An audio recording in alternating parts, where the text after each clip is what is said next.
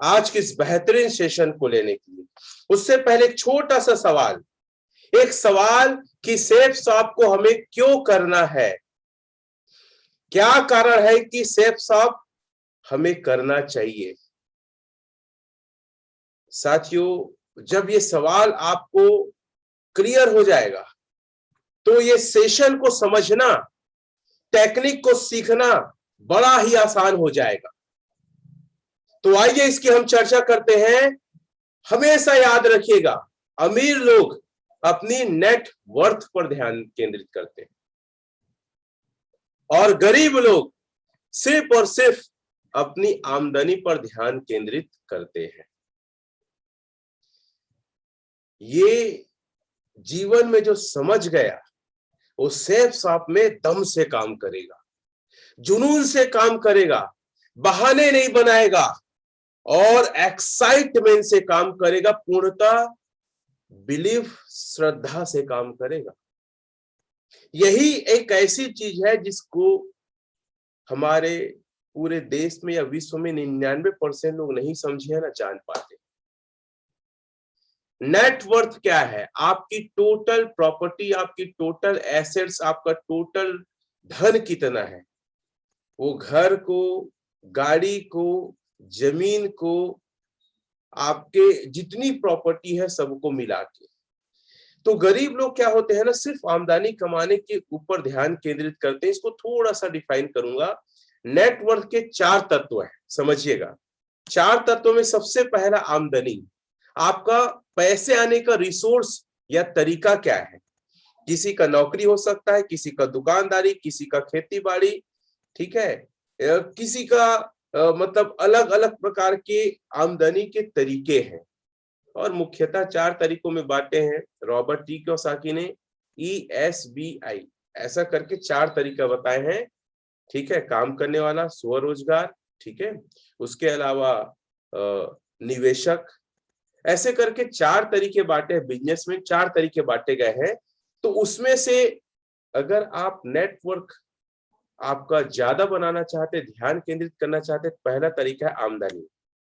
दूसरा है बचत, आप पैसे कितने बचाते हैं, आप जो कमाते हैं, जो आपकी आमदनी से पैसे कितने बचाते हैं। तीसरा है निवेश, आप निवेश कितना करते हैं। देखो, बचत मतलब अकाउंट में रहना बचत नहीं है, FD है, फिक्स्ड डिपॉजिट है, म्यूचुअल फंड है, ये सारे बचत में आते हैं। या आप जमीन में लगा रहे, ये सब बचत आते हैं। निवेश कितना कर रहे हैं, ऐसा पैसा जो बढ़ के आपके पास आएगा। और चौथा होता है सरलीकरण। सरलीकरण को समझने के लिए समझिए, ऐसा पैसा जिसमें आपका शरीर काम नहीं कर रहा है, आप उपस्थित नहीं है, फिर भी पैसा आ रहा है।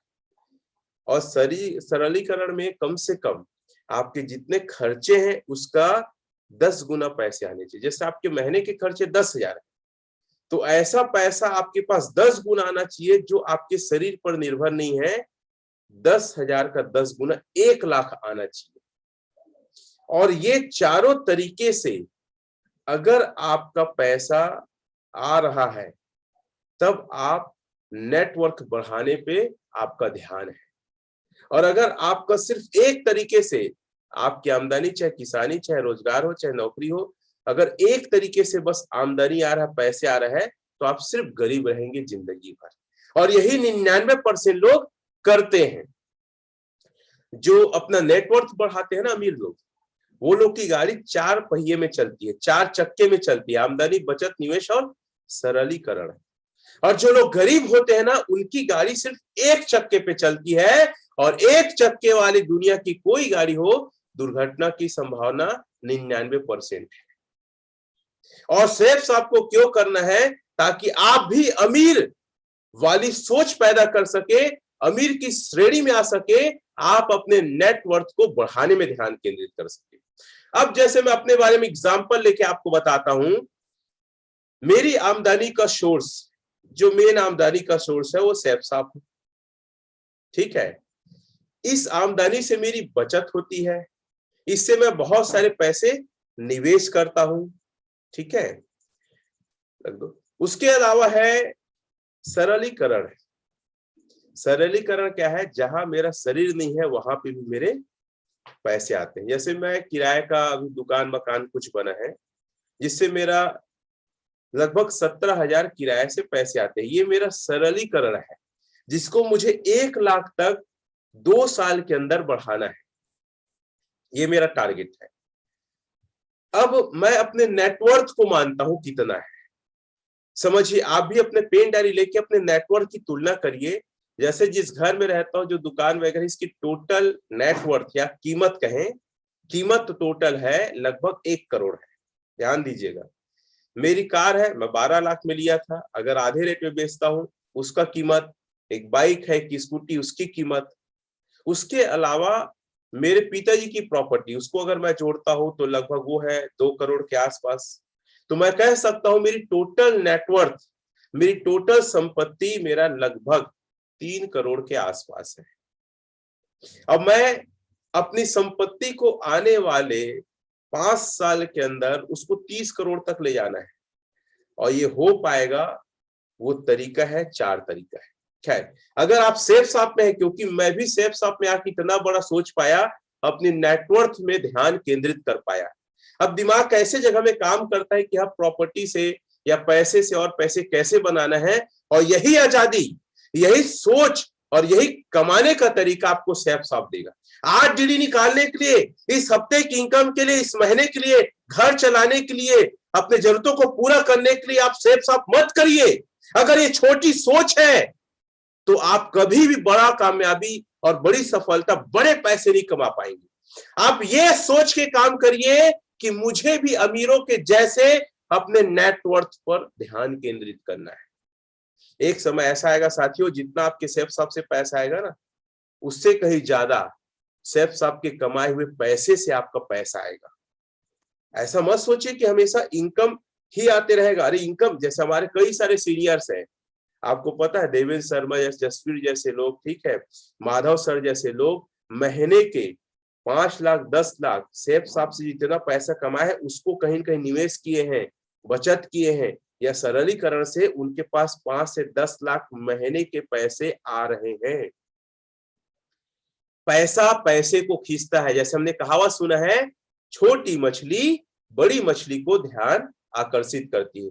तो कितने लोग ऐसे हैं, चैट में लिख के बताएंगे, जो आज छोटी सोच से काम नहीं करेंगे सेफ शॉप में, इस जन्म में आपको अपने खानदान को बड़े मुकाम में, अमीरी की मुकाम में, अपने खानदान को सबसे धनवान के मुकाम में पहुंचाना। धनवान पैसे से नहीं, सम्मान से भी, ज्ञान से भी, ऐसा आपको पहुंचाना है। तो छोटी सोच, कई लोग होते, सर बारिश गिर रहा है मैं नहीं जाऊंगा, सर वो मेरे घर में ये प्रॉब्लम वो प्रॉब्लम। आप अगर ये सब कर रहे हैं, त्योहार है, तीज है, मेला है, दुनियादारी अगर कर रहे हैं, तो आप अमीरी की श्रेणी में नहीं है।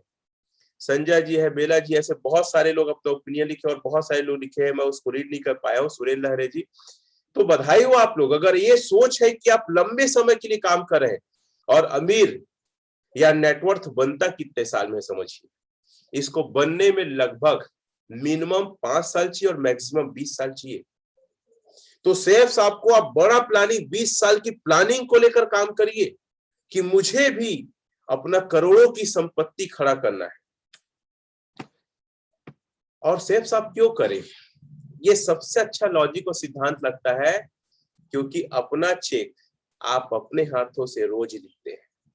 ये लाइन लिख लीजिए, अपना चेक अपने हाथों से आप स्वयं रोज लिखते हैं।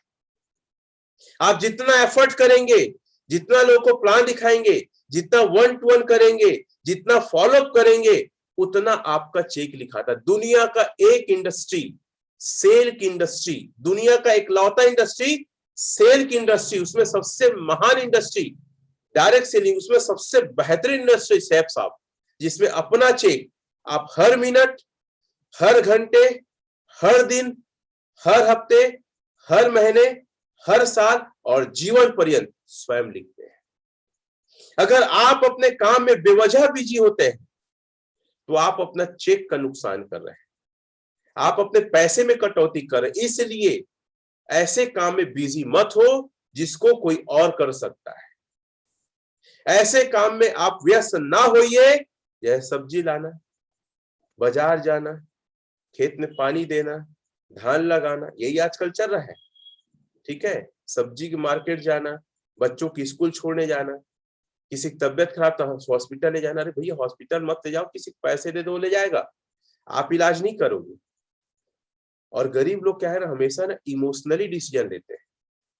ये पॉइंट लिखिए, गरीब लोग हमेशा ना इमोशनली डिसीजन लेते हैं, और अमीर लोग हमेशा जो होता है ना तार्किक और धन प्राप्त होने वाला डिसीजन लेते हैं।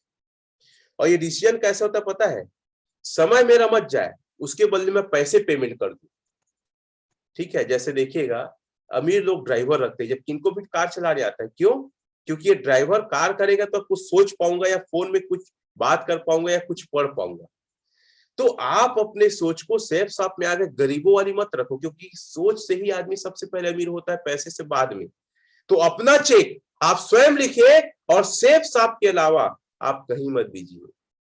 अगर ये आप कर दिए ना 5 से 20 साल तक, तो इतिहास रख सकते हैं पूरे वर्ल्ड में, आपका नाम एक बड़े स्तर पे आप अपना स्थापित कर सकते हैं। फॉलोअप के ऊपर हम थोड़ा सा बात करते हैं। ऐसे व्यक्ति को प्लान कभी मत दिखाइएगा जिससे आप 7 दिन के अंदर 2 बार ना मिल पाए। ये बहुत ही जबरदस्त सिद्धांत है। अगर किसी को आप प्लान दिखाए, जैसे मैंने मोहन को आज प्लान दिखाया, 7 दिन तक नहीं मिल पाया, तो दिखाना ना दिखाना मेरा पानी में गया, गई भैंस पानी में।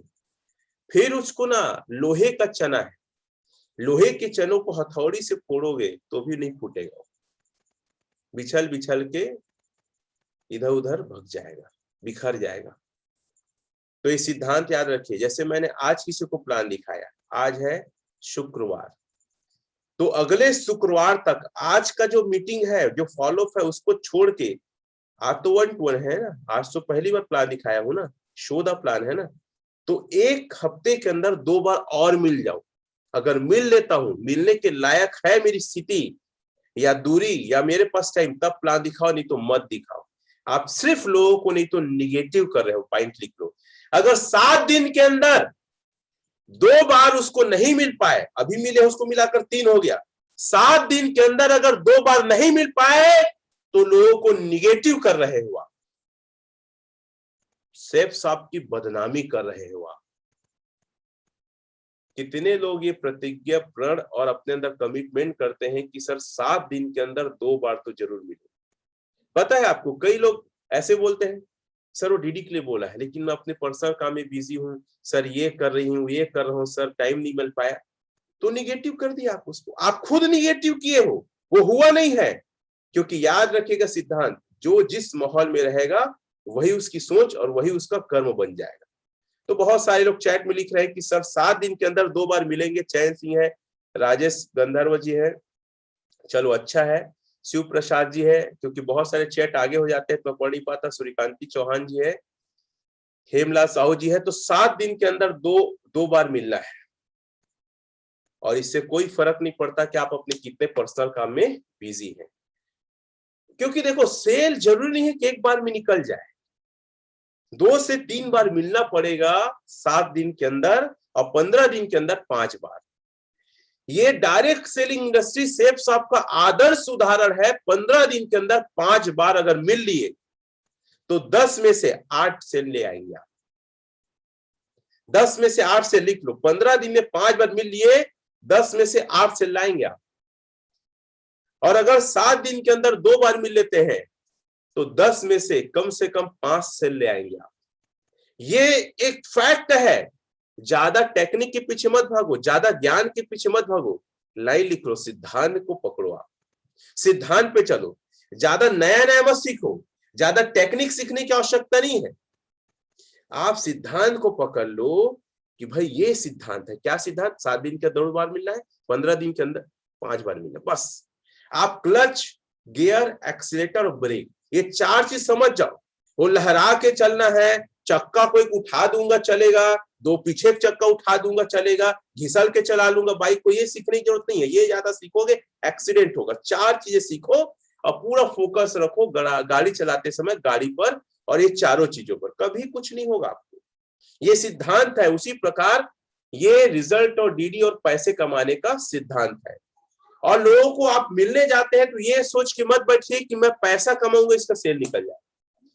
आपको सिर्फ ये सोचना है कि इसकी समस्या को मैं दूर कैसे करूं। पॉइंट लिखिए, आप फॉलोअप में आदमी की समस्या को पकड़िए, आप उसके दुख को पकड़िए, आप उसके तकलीफ को पकड़िए आप, और उसको दूर कैसे करना है दिमाग लगा के उसको जवाब दीजिए, और उस टेंडेंसी के साथ उसका 1 to 1 फॉलोअप सवालों का जवाब दीजिए। लिखिए आप लोग, फॉलोअप में मेरा चेक बन जाएगा, जुड़ जाएगा, प्रोडक्ट बेच दूंगा, ये सब थॉट मत करो। मैं इसकी समस्या दूर करने जा रहा हूं, मैं इसकी तकलीफ दूर। अब समस्या तकलीफ कैसे? कई व्यक्ति की समस्या हो सकती है, भैया हमारे पास पैसे नहीं है यार, लॉकडाउन है, धंधा कम है, इनकम कम है, क्या बताए, घर कैसे चल रहा है। ये पकड़ आ गया, एक चीज पकड़ना, ज्यादा पकड़ने की आवश्यकता नहीं है। ठीक है, हमारे पुराने समय के वैद्य, आदमी आता था ना बीमार होकर, कुछ नहीं पूछता था, सिर्फ नाड़ी बस को छूता था, नाड़ी को छू के वो दवाई दे देता था, उससे कुछ नहीं पूछता था। आजकल के डॉक्टर कमबख्त, मूर्ख डॉक्टर लोग, खैर बोलना नहीं चाहिए, हर डॉक्टर मूर्ख नहीं होता है, सब आप ही से पूछेंगे, फिर ये कमीने लोग टेस्ट के लिए देंगे, टेस्ट आएगा तब ले दे के दवाई देंगे। तो आपको ना दिमाग वाला वैद्य बनना है, लिख लो, आपको डॉक्टर नहीं वैद्य बनना है। नाड़ी पकड़ो, अगले से मत पूछो, दवाई दो।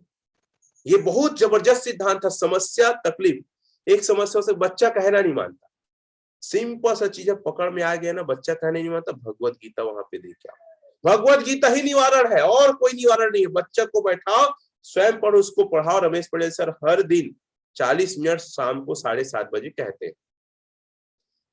अगर किसी व्यक्ति को बीमारी है, पेट ठीक से खाना नहीं पच रहा है, नींद नहीं आ रहा है, जोड़ों में दर्द है, सिर्फ एक चीज बेचो, नोनी प्रीमियम बेच के आओ, हेल्थ प्रोडक्ट बेच के आओ। कोई मुंडा है, बाल झड़ रहा है, तो 4-5 हमारे प्रोडक्ट है, शैम्पू है, ऑयल है, बहुत सारे आजकल आगे हैं, ठीक, कंडीशनर है, ये बेचो। मतलब समस्या, कमजोरी, तकलीफ और दुख को पकड़ना है, एक चीज को। अब ये 5 सिद्धांत है फॉलोअप करने के, 5 प्रमुख चीज है प्लान दिखाते समय। सबसे पहला चीज, कोई व्यक्ति को आप प्लान दिखा रहे हो तो उसमें ऐसे व्यक्ति को शामिल करो जो डिसीजन लेता है। हम क्या है, महिला को दिखाते हैं, उसका पति डिसीजन लेने वाला है, पैसा वही देगा। हम बच्चे को प्लान दिखाते हैं, उसका पिताजी डिसीजन लेगा, पैसे वही देगा। तो हमारी मेहनत ज्यादा होती है और रिजल्ट कम मिलता है। बोलिए, पहले बैठते साथ ही बात करें इंट्रोडक्शन में, आप क्या पैसे कौन कौन कमाते हैं, लिखिए सवाल।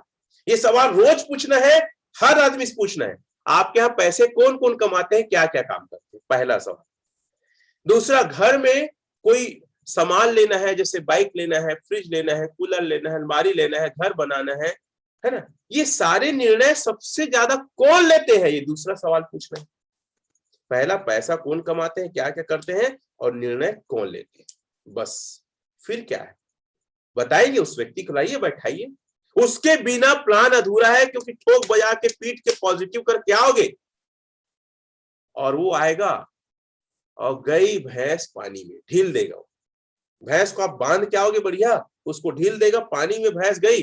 तो भैंस जब पानी में जाती है ना, तो बहुत दिमाग खराब हो जाता है, उसको निकालना बिकट मुश्किल होता है। भैया हमारे यहाँ बगल में थे भैंस, मेरे यहाँ तो भैंस नहीं थे, गाय थे, लेकिन जर्सी गाय था। वो जर्सी गाय और वो भैंस लोग जब पानी में जाते थे ना, पानी में जाना पड़ेगा, डंडा लेके मारना पड़ेगा, पीछे से धकेलना पड़ेगा, ले के पानी से निकलते। अब जो डिसीजन नहीं लिया था, उस व्यक्ति को नहीं बैठाए, अब वो पानी में ढील दिया उसको, मतलब उसको गलत तर्क वर्क से निगेटिव कर दिया। तो हाँ, फिर आप जितना डंडा तर्क दो, बहुत मुश्किल होता है। तो निर्णय लेने वाले को साथ में बैठा है, पहला तरीका। दूसरा, प्लान दिखाते समय जितने लोग वहां बैठे हैं, चाहे सीनियर हो, जूनियर हो या परिवार के लोग, भैया मोबाइल साइलेंट में डालो। सर अंदर में चार्जिंग हो रहा है, तो साइलेंट में डाल के आ, नहीं तो मोबाइल बजेगा ना, तो क्या होगा पता है, वो दौड़ते दौड़ते भागेगा उठाने के लिए, ऐसे लगता है पीएम मोदी का या ओबामा का फोन आ गया।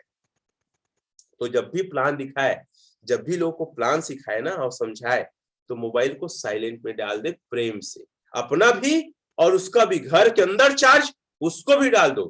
तपस्या में विघ्न न बाधा, कामना, रंभा, मेनका, उर्वशी नहीं चाहिए। ये सब मोबाइल सबसे बड़ा कामना, मेनका और उर्वशी है। ये ना इतना दिमाग खराब कर दिया है इतना फ्लो में रहता है प्लान, जबरदस्त समझाते रहते हैं, सिखाते रहते हैं, और एक रिंग, एक घंटी ना दिमाग की घंटी को खराब कर देता है। और जितना पॉजिटिव ऑरा रहता है ना, ऑरा एक माहौल रहता है ना, सब टूट जाता है। जैसे याद करिए, मस्त थक के आए हैं, सोए हैं, मोबाइल को साइलेंट में डाल, घंटी बजता है ना, ऐसा दिमाग खराब होता है, मोबाइल क्यों तोड़ के फेंक दूं, कौन फोन किया रे, ऐसा एक भाव जगता है कि नहीं जगता है। और उसके बाद फियल्थी कल्थी पलटते रहो, नींद नहीं आता है।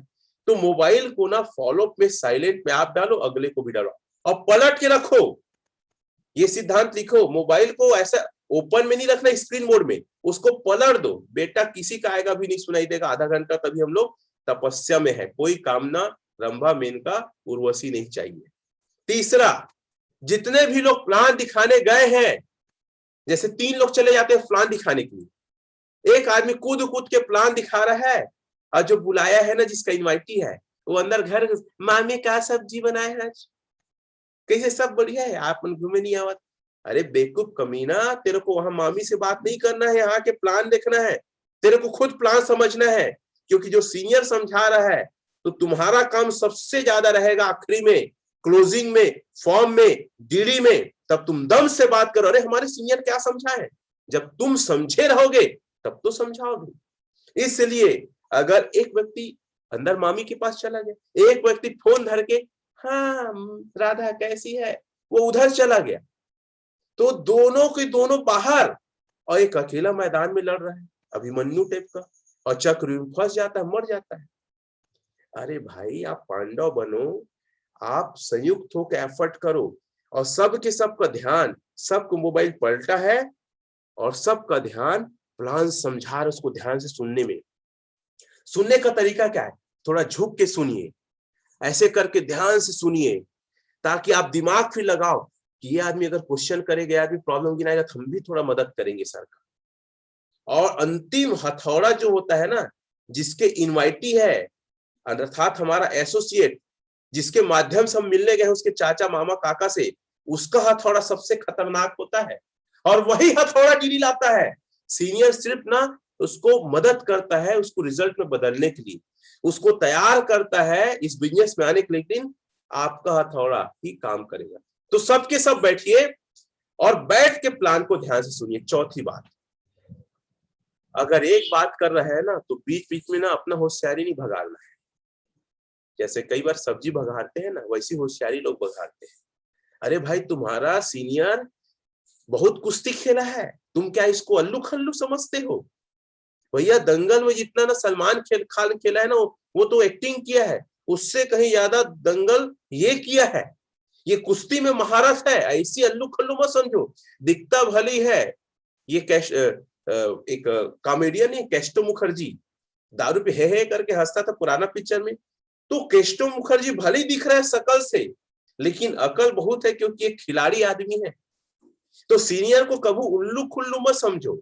हाँ, अगर आपको बात रखना है तो न्याय उचित बात, सही समय, उसमें रिक्वेस्ट मोड करो, सर प्लीज सर, यहाँ पे क्या मैं 2 शब्द बोल सकता हूँ, अपना विचार प्रस्तुत कर। हाँ हाँ बोलो भाई मोहन, आप बिल्कुल बोलो। अगर ये आपके सीनियर आपको प्रोत्साहित करते हैं, तो फिर अपने अनुभव को रखिए और पॉजिटिव बात ही रखना है, बीच में बात नहीं काटना है, ठीक है, सकारात्मक बात ही रखना। कई लोग पता है गाड़ी चलाते हैं ना, तो अपनी गाड़ी को जबरदस्ती बीच में घुसेड़ देते हैं, तो ठुका जाता है।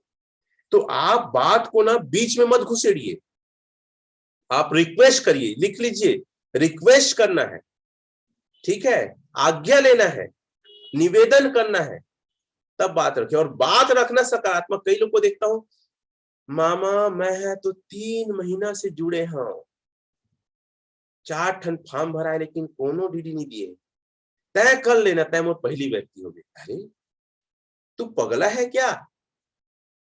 तू पॉजिटिव बात करे कि निगेटिव, देख तो सही। अब तुम्हारे मामा चाचा के मन में, अच्छा 4 महीना के बेवकूफ बने, मुंह को बनाया है, हाँ, नहीं बनो मैं। ऐसी होता है कि नहीं होता है? तो साथियों, आप लोग जब भी बात करें ना, तर्कों के आधार पे सकारात्मक। अच्छा, कई लोग क्या बोलते हैं, सर मैं तो झूठ नहीं बोला हूं। गीता पढ़े, भगवत गीता, जिस बात से किसी का भला हो, किसी का जान बचे, किसी को मोक्ष मिले, वो झूठ नहीं है, वो वो सत्य से कई गुना बड़ा है।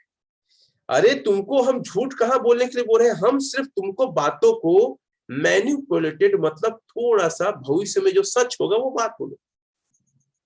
अरे मामा बहुत अच्छा बिजनेस है, मैं कर रहा हूँ, अरे अभी अभी ज्वाइन किया हूँ, कुछ ही समय हुआ है। अरे कितना समय, अरे उसको छोड़ो ना भैया, तुम करो। अरे कितना समय हुआ है बोलो, 4 दिन हुआ है बोल दो, क्या होगा, भले 4 महीना हुआ है। अरे पॉजिटिव होगा, वो डीडी देगा, चेक देगा, पैसा देगा, आपका पैसा आएगा ना। बाद में बता देना मामा मैं तो झूठ बोले, 4 महीना मुख हो गए, 4 दिन बोले रहे। अगर मैं झूठ नहीं बोलते थोड़ी बिजनेस में आते। बाद में हठी छुटी वाला मजाक कर लेना, भगवान सामने हाथ जोड़े ना, हे भगवान या मनी मन बोल देना, झूठ बोलने जा रहा हूँ, माफ कर देना। या जिस समय चेक आएगा उस समय माफी मांग लेना, भगवान के सामने चेक को दिखाना है, भगवान आपका गीता की बात में जिसका भला हो उसमें थोड़ा झूठ बोलिए ना, क्षमा करने, चेक आया है, क्या दिक्कत है यार। तो निगेटिव बात करने भयंकर होशियार होते हैं जूनियर लोग, रिलेशन निभाते हैं और एक लाइन बोलते हैं, देख मामा चाचा दोस्त तो सब कुछ समझ के देख के कर। ये निगेटिव बात है भाई, इस पे मैं एक आग बढ़िया सेशन लूंगा। ये जो आखिरी लाइन बोला, देख ले समझ ले तब तू कर, मेरे को बाद में मत बोले, इसमें मेरा एक सेशन है। कभी बात करे तो सकारात्मक बात करे। ये कुछ टिप्स थे। क्लोजिंग के कुछ सिद्धांत बचे हैं। एक क्लोजिंग का सिद्धांत है कंडीशनल क्लोजिंग। कंडीशनल क्लोजिंग है थोड़ा ढील ढाल। हमने 4 क्लोजिंग पिछले सेशन में सीखा था। अगर कंडीशन पूरी हो जाए तो क्या आप खरीदने के लिए पूछना, मतलब आपको क्या डर है, आपके पैसे वापस नहीं हुए तो। अगर मैं आपके पैसे वापस कराने की गारंटी लूं तब इस बिजनेस में आप ज्वाइन करेंगे? हाँ यार जरूर करूंगा। कुछ नहीं तो आप 3 महीने के अंदर मेरे से आप कम से कम 50 लोग से मिला, गारंटी है आपके पैसे वापस, और मिलाओगे 50 से नहीं आए लोग तो मैं आपको 10,000 दे दूंगा। कंडीशनर थोड़ा सा ढील ढाल, जैसे बोले सर ज्यादा प्रोडक्ट नहीं ले पाऊंगा, छोटा ले लूं क्या, मतलब वही 4-5 हजार का, ठीक है ओके। अड़े नहीं रहना है, डटे नहीं रहना है, जिद्दी नहीं बनना है आपको। जिस तरीके से वो राजी हो जाए, यस बॉस स्वागत है, आप कभी छोटे प्रोडक्ट को लेके आ जाइए, कोई दिक्कत नहीं है। मतलब आप नियम से मत बांधिएगा।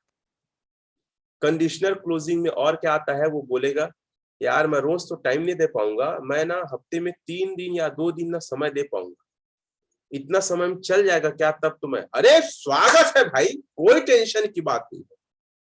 सर शाम को मैं बिजी रहता हूँ, ट्रेनिंग में नहीं आ पाऊंगा, कैसे करूंगा, अरे कोई दिक्कत नहीं, मैं आपको समझा दूंगा, या हमारी स्पेशल मीटिंग में आप शामिल होइए, या आप जूम में आ जाइएगा। कंडीशनर क्लोजिंग मतलब जो भी वो शर्त रखे ज्वाइन होने के लिए, लिख लीजिए, जो भी वो शर्त रखे ज्वाइन होने के लिए, okay boss I am ready, ये आपका तत्काल जवाब होना, अड़ना नहीं है, भिड़ना नहीं है।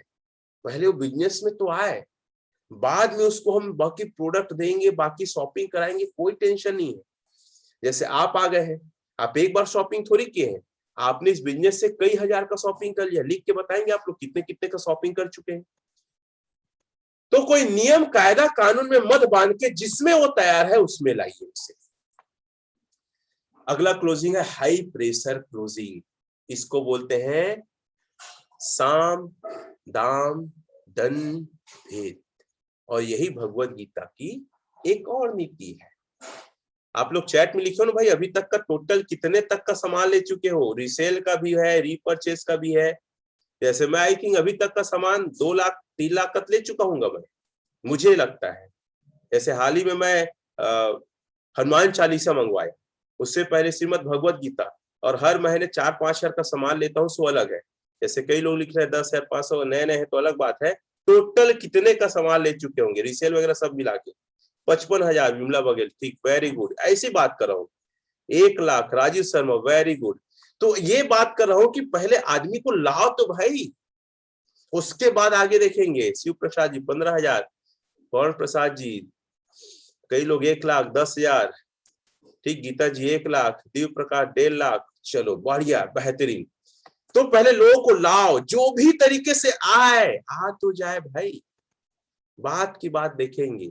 अब हाई प्रेशर क्लोजिंग, साम दाम दंड भेद नीति, मतलब प्रेशर से होना चाहिए। भैया जैसे साला तुम्हारा प्लान देख रहा है, अब जीजा गया है, वो तैयार नहीं हो रहा, मैं नहीं जानता, अगर तू मेरा साला भाई तेरी बहन को खुश रखूं मैं, तो तू एक ठो प्रोडक्ट ले, प्रेशर एकदम। भांचा को या मामा को प्लान दिखा रहे, मामा भांचा है नहीं, यह प्रोडक्ट ले कैसे आशीर्वाद दे हो मामा, बिना ना स्वर्ग के रास्ता नहीं मिला है, मोक्ष नहीं मिला है, याद रख बे। एक आप लोग को बता दो, हिंदू धर्म में मामा के बिना आत्मा का परमात्मा में मिलन नहीं है। मामा भांचा को जब तक दान नहीं देगा उसको कोई कर्म फलित नहीं है, जानते हो नहीं जानते हो? तो हाई प्रेशर, भांचा बोल रहा है मामा तेरे को लेना पड़ेगा, नहीं तो मामा भांचा का रिश्ता खत्म। हाई प्रेशर, दामान है ससुर को प्लान दिखाने गए, तो बेटी मोर घर में है, याद रख बे, मैं तरक्की उन्नति पर काम करत हूं, ऐसे नहीं चला, एकदम सारा दमदार हो आप, पावरफुल रहोगे तब ये दुनिया सलाम करेगी, नहीं तो लात में मार मार के ना फुटबॉल बना देगी, याद रखना। और ये होता है कुछ जगह जहां पे आपका रिलेशन जबरदस्त है, रिश्ते जबरदस्त है, और लोग आपकी बातों को समझते और मानते हैं। प्रेशर दे दो, ये नहीं हुआ ना, मैं ऑफर क्वालिफाई करने वाला हूं, मेरे लिए मात्र 200 भी बचा है, अपने रिश्तेदारों को फोन करो, इतने इतने का सामान लो, जो दुकान किराना से देते हो ना, मैं नहीं जानता, टूथपेस्ट मेरे यहाँ से आना चाहिए, फेस वॉश मेरे यहाँ से आना चाहिए, चाय पत्ती मेरे यहाँ से आना चाहिए, घी मेरे यहाँ से आना चाहिए, वॉशिंग पाउडर मेरे यहाँ से आना चाहिए, बच्चे का पाउडर मेरे यहाँ से आना चाहिए, बाथरूम क्लीनर मेरे यहाँ से आना चाहिए। डट के बात करो ना, आप क्यों डरते हो? प्रेशर दो, काहे का रिश्ता? अरे भैया, जो सामान उस दुकान में 2000 में मिलेगा, आपके यहाँ 3000 में मिलेगा, अरे 5000 में मिलेगा, क्वालिटी जबरदस्त रहेगी ना, उसकी तुलना में आपका टारगेट पूरा होगा, क्या दिक्कत है यार? याद रखना, हमेशा ब्रांड और अच्छी चीजों की क्वालिटी जबरदस्त होती है, और आदत डालिए आप अच्छे ब्रांड अच्छी चीजों का इस्तेमाल करेगा। मिलावट से ही तो आदमी बीमार पड़ रहा है। तो आप कोई भी नीति अपनाइए, कई लोग नीति अपनाते हैं खिलाने पिलाने का, कई लोग नीति अपनाते हैं लोगों को एक अच्छा गिफ्ट करने का, क्या बोलते हैं, भैया तू भगवत गीता ले ले, मेरे तरफ से नोनी प्रीमियम प्रोडक्ट फ्री में, 2 ठो नोनी प्रीमियम आएगा 1800 का, 1800 का मैं लगा रहा हूं भाई, तो एक भगवत गीता ले। ये है साम दाम दंड भेद नीति। आपको ऑफर क्वालिफाई करना है, अरे भाई आपको 50,000 20,000 का इनाम मिलने वाला है, चूक है 200 भी मिला दो ना यार, कुछ पैसे गिफ्ट कर दो। आप इस समय ऑफर दे दो, अगर इतना सेल कोई निकाल के जूनियर देगा तो मेरे तरफ से 200 500 कूलर फ्रिज अलमारी दे दो। जो ज्वाइन लेगा उसको तत्काल एक बैग में ना प्रेस लेके रखे रहो, 500 800 1000 रुपए का, तो भगवत गीता देगा भैया, प्रेस तुरंत तत्काल गिफ्ट मिलेगा। साम दाम दंड भेद नीति अपनाओ यार, सेल निकालो, किसी भी तरीके से अपने टारगेट को पूरा करो, रैंक को पूरा करो, रैंक का जमाना चल रहा है। और आज का आखिरी slide, high to get closing, मतलब ग्राहक को विशेष ऊंचे वर्ग में शामिल होने का ऑफर दे। अगर आप अभी सेल देते हो तो हमारी एक ट्रेनिंग होने वाली, स्टेज में जाओगे सम्मान मिलेगा भाई आपको। अभी आप ये डीडी को देते हो तो एक ट्रेनिंग होने वाली भैया S1 में, वहां जाने का मौका आपको मिलेगा। अभी आप भगवत गीता लेते हो तो हमारे सर भगवत गीता कहते हैं रोज 7:30 बजे शाम को, उसमें फ्री में ज्वाइन हो जाओगे, जिसमें कई हजार रुपए लगता है। अभी आप डीडी देते हो तो शानदार आपको एक आयरन फ्री में मिलेगा। कुछ ना कुछ विशेष तरीके से उसको ऑफर दो। देखो सेल में वही तरीका वही टेक्निक इस्तेमाल करके वही रिजल्ट मिलेगा। अगर सेल में डीडी नहीं कर रहा है, रिजल्ट नहीं आ रहा ना, तो कुछ भी तिकड़मबाजी करो ना यार, अपने टारगेट को पूरा करने के लिए तिकड़मबाजी, अर्थात वही साम दंड भेद की नीति। आप अपने जूनियर को ऑफर टारगेट दो, हाई टू गेट क्लोजिंग, मतलब उसको विशेष दर्जा में, कम काम में ज्यादा पुरस्कार, थोड़ा काम करेगा तो उसको क्या क्या मिलेगा, तुम्हारे नाम से मैसेज जाएगा यार, तुम इस बिजनेस में आ गए हो, मैसेज जाएगा, तुम रैंक क्वालिफाई, तुम्हारा एक मस्त वॉलपेपर बनेगा, अगला ट्रेनिंग में तुमको मेरिट मिल सकता है। तो ये है ना, ग्राहक को उसका फायदा बताओ, सम्मान का, पैसे का, वस्तु का, तीनों लिख लो, सम्मान का, पैसे का, वस्तु का, ऊंचे वर्ग में शामिल कर दो, तो आपका क्लोजिंग जबरदस्त हो जाएगा। तो क्लोजिंग को ना आप जितना आसान बना सकते हो आसान बना। प्लान दिखाना अलग चीज है, क्लोजिंग, क्योंकि हम आधा घंटा प्लान दिखाते हैं, 45 मिनट प्लान दिखाते हैं, उसके बाद जो ना सेल जो करना होता है उसमें पूरी ताकत लगा दो आप, छोड़ना नहीं। और ये तरीका अधिकतर सेल्समैन लोग इस्तेमाल करते हैं। सबसे पहले ज्यादा से ज्यादा टीम लाने के लिए आप प्रयास करो, और टीम आने के बाद उसकी भी मैं ट्रेनिंग दूंगा। टीम आने के बाद उसके और क्या क्या शॉपिंग कराना है, ये टारगेट बनाना है। अगले सेशन में हम वही रहेगा, जैसे आप कई सप्ताह 4 लोग की टीम आ गई, ये 4 लोग से अब हमको 10,000 शॉपिंग बिजनेस कैसे निकालना है, वो तरीका अगले सेशन में समझाऊंगा। लेकिन फिलहाल अगर किसी को प्लान दिखाए हो तो कुछ ना कुछ बेच के उठना है। कोशिश करिए खाली हाथ मत उठिए। मैं नहीं कहता हर व्यक्ति लेगा, लेकिन 10 में से कम 5 लोग को बेच के आना है। मतलब मैं 10 लोग को प्लान दिखा रहा हूं ना, भले मैं 10,000 की जगह 2,000 का, 3,000 का, 4,000 का बेच के आऊंगा, 25 बीबी का बेच के आऊंगा, लेकिन मैं 10 में से 5 को तो बेच के आऊंगा। तरीका जो भी इस्तेमाल करो। अरे जो वो ज्वाइन करेगा उससे पैसा जो आएगा उससे कहीं पैसा ज्यादा गिफ्ट कर दो उसको, कोई दिक्कत नहीं है। लेकिन उस व्यक्ति को इस बिजनेस में लाने का सबसे पहले आपको उद्देश्य होना चाहिए। तो चैट में लिख के बताएंगे कितने लोग ऐसे हैं जो 10 में से कम 5 क्लोजिंग निकाल के दिखाएंगे। और फिर से शुरू स्लाइड याद रखिएगा। शुरू स्लाइड मेरा क्या था, आपको अपना नेटवर्थ बनाना है, टोटल आपकी संपत्ति कितनी है, और ये तरीका है आपको अपना टोटल संपत्ति जनरेट करने का। सबसे बड़ी संपत्ति लोग होते हैं, लोगों को ज्यादा से ज्यादा अपनी टीम में लाइए। क्वालिटी सबसे पहले मत देखिए, क्वांटिटी करिए। लिखिए आप, क्वालिटी पे मत जाइए, क्वांटिटी मतलब अच्छी क्वालिटी हो जरूरी नहीं है, ज्यादा लोग हो जरूरी है। अब एक बहुत ताकतवर इंसान है, एक पत्थर को धक्का दे रहा है, उसको बस बुला कर आए, उससे अच्छा ना 20 आदमी को बुला लो। सूरज जी, हरिप्रसाद जी, बहुत सारे लोग लिख रहे हैं कि 10 में से 5 सेल निकाल के लाएंगे। तो साथियों, आज का सेशन यही तक था। उम्मीद करता हूं आप लोग को अच्छा लगा हो। फिर मिलते हैं कल इसी आशाओं के साथ। धन्यवाद। जय श्री कृष्ण। Thank you.